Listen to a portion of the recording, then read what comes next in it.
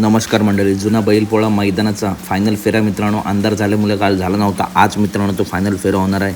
अनेक रत्ती महारथी टॉपच्या नंदी या मैदानात पाळणार आहेत. थोड्याच वेळात फायनल संपन्न होईल.